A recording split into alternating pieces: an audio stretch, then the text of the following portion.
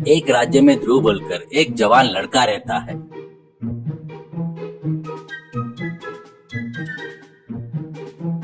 उसको एक दिन उसकी माँ लक्ष्मी बुलाती है।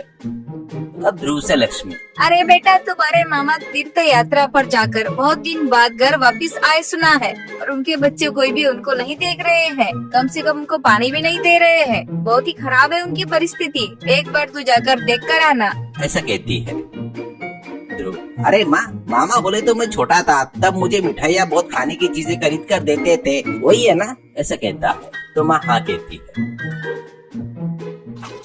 इससे अगले दिन ध्रुव अपने घोड़े गाड़ी में चढ़कर उस गांव में जाने के लिए निकलता है।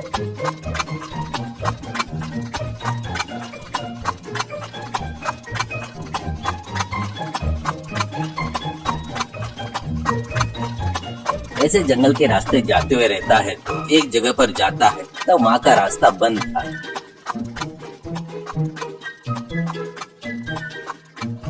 वहाँ पर दिखे सो आदमी को रास्ते के बारे में पूछता है तो वो आदमी, अरे यहाँ से पैदल ही जाना पड़ेगा गांव को, करके बताता है। इससे ध्रुव कुछ नहीं कर पाने से वहाँ आजू बाजू के घरों में एक जन के यहाँ वो घोड़ा गाड़ी को बांध कर वो पैदल ही चलते जाता है। ऐसे कुछ दूर जाते ही ध्रुव लाए सो खाने का सामान पानी सब खत्म हो जाता है। उसे बहुत भूख लगी थी, क्या करना समझ में नहीं आया। इतने में एक पेड़ के नीचे एक बूढ़ा, अरे प्यास प्यास प्यास करके चिल्ला रहा था। अच्छे से देखे तो अंदाजे सा रहता है। उससे ध्रुव आखिरकार वो छुपाया हुआ थोड़ा सा पानी उसको देता है।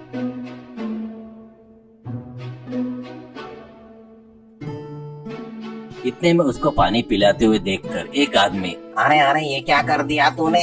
शेखावत की आज्ञा को तू धिक्कारता है क्या? अब तेरा काम हो गया। अब तुझे गांव में पानी की एक बूंद भी नहीं मिलेगी। तू सीधे गांव में जाते तक तेरा हाल भी इस बूढ़े जैसा हो जाएगा। ऐसा कहता है। कुछ समझ में नहीं आकर ध्रुव, अरे क्या हुआ जी करके पूछता है तो आदमी, ये बूढ़ा मामूली नहीं है, ये पूरे गांव को धोखा दिया है। अब तेरा काम तो हो गया। ऐसा कहते वक्त ध्रुव को दूर से एक औरत की चिल्लाने की आवाज सुनाई दी। बस ध्रुव बड़े तेजी से उस तरफ भागते हुए जाता है।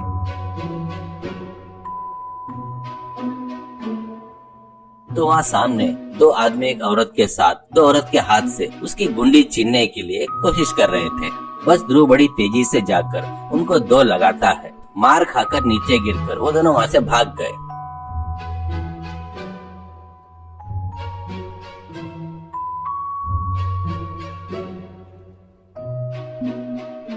अब ध्रुव से वो औरत, बाबू तुम कौन हो पता नहीं, पर भगवान जैसे आए, इन पानी के चोरों की तकलीफ बिल्कुल बर्दाश्त नहीं कर पा रहे हैं। क्या है कि हमको ये तकलीफ होती है। ऐसा कहती है। उससे ध्रुव, अरे क्या उमा, इतना स्वच्छ जंगल, इतना अच्छा गांव है ना, यहाँ पर पानी नहीं मिलता है क्या? वो औरत, क्या बताओ बेटा, हमारी किस्मत, इस गांव में थोड़ा भी पानी नहीं मिलता है। सो एक ही कुआं है, वो भी वो शेखावत के घर के पास है। उस शेखावत को हम पैसे देकर खरीदते हैं। सभी जन शेखावत बता सो बात ही सुनते हैं। कुछ गलत हुआ तो अब राजा हमको क्या करेंगे पता नहीं। ऐसा कहती है। उसके बाद उससे ध्रुव, माँ मुझे थोड़ा पानी दिलवा सकते हो क्या? ऐसा कहता है तो औरत, अरे क्या बेटा, मुझे बचाए, पक्का तुम्हें पानी दूंगी। कहने से ध्रुव उसको वो लाए सो लोटा उसको दिखाता है तो वो गुंडी में का पानी लोटो में डालती है। उसके बाद ध्रुव अपने हाथ में वो पानी ले जाकर प्यास से परेशान हो रहे उस बूढ़े आदमी को देता है। बस वो देखकर औरत, अरे अरे ये क्या कर दिए बेटा, तू तो गया समझ अब। ऐसा कहती है। ध्रुव, क्या माँ आप बड़े अजीब तरह से बात कर रही हो? एक बूढ़े आदमी को उसमें से आंखें बराबर नहीं दिख रही है, शायद ऐसे आदमी को पानी दिए तो क्या होगा?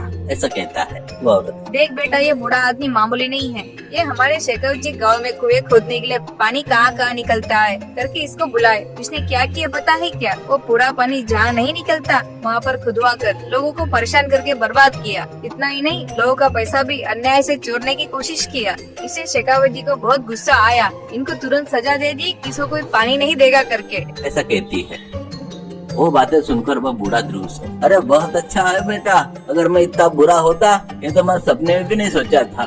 मैं तीर्थ यात्रा करते वक्त मेरी नजर कमजोर होकर मेरी आंखें की रोशनी चली गई, पर उसकी वजह से मुझे एक नई शक्ति आ गई थी। वो क्या है बोले तो जमीन के अंदर के पानी को मैं आराम से सुन सकता हूँ। यही बात मैं शेखावत जी को बताया। उन्होंने पहले ठीक है बोले, अपने बगीचे में कुआं खुदवा लिए। उसके बाद में बताया वहाँ पर नहीं खोद कर, उनकी मर्जी से खोद कर, मुझे एक चोर बनाकर ये देखो यहाँ पर डाल दिए बेटा। वहाँ तक क्यों बेटा, अभी मैं यहाँ बैठा हूँ ना, इसी जगह पर 20 फीट में ही जलधारा है। ये इन लोगों को कितने भी बार बताए तो नहीं मान रहे हैं। वो लोग शेखावत की बात ही मानते हैं। मैं क्या करूँ बेटा, मेरा कर्म है, ऐसा कहते वक्त इतने में एक आदमी भागते हुए आता है। अब वो आदमी ध्रुव के पास खड़ी औरत से, अरे दीदी दीदी तुमको एक बात पता है क्या, उस शेखावत के कुएं में कोई आदमी गिर कर मर गया है कहते हैं। अब वो पानी अपने पीने लायक नहीं आएगा दीदी, अब अपन सब लोग को प्यासा ही रहना पड़ेगा, पूरा गांव 2 दिन में ही मर जाएगा शायद, ऐसे कहता है। इससे वो दुखी होते हुए रहते वक्त ध्रुव उस बूढ़े आदमी की जानकारी पूरी निकालता है। ऐसे पूरा समाचार पता करने के बाद वो जिसको ढूंढते हुए आ रहा था वो उसके मामा ही है करके ध्रुव पहचान गया।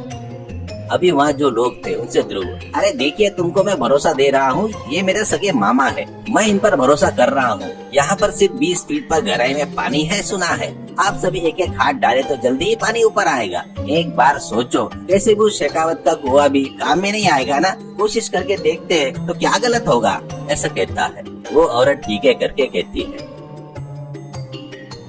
ऐसे गांव में कुछ लोग जमा करके लाकर वहाँ पर सभी लोग मिलकर खोदना शुरू करते हैं।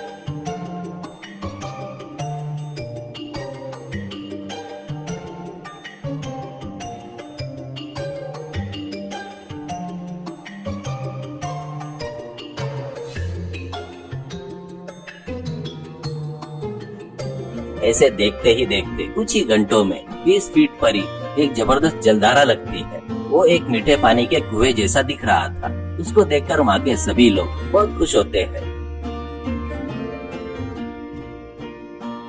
उतना ही नहीं, ध्रुव को उसके मामा को बहुत धन्यवाद करते हैं। उसके बाद सभी लोग उनको गांव ले जाकर ध्रुव के मामा ने बताए से जगह पर कुएं खोदना शुरू करते हैं।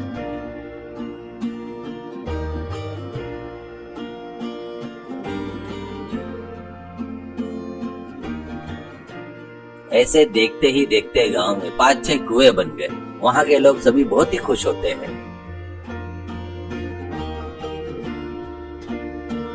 उसके बाद उसके मामा को धोखा दिया उस शेखावत के बारे में सब लोग जाकर राजा को बताकर उसकी शिकायत करते हैं। उससे राजा जी शेखावत के सभी अधिकार रद्द करके उसको कारागृह में बंद कर देते हैं।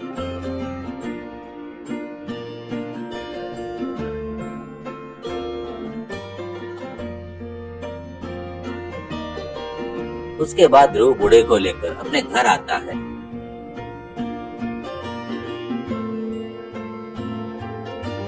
भैया को देखकर ध्रुव की माँ बहुत खुश होती है। वो मामा कितने अच्छे लड़के को जन्म दिया है करके उसका अभिनंदन करते हैं।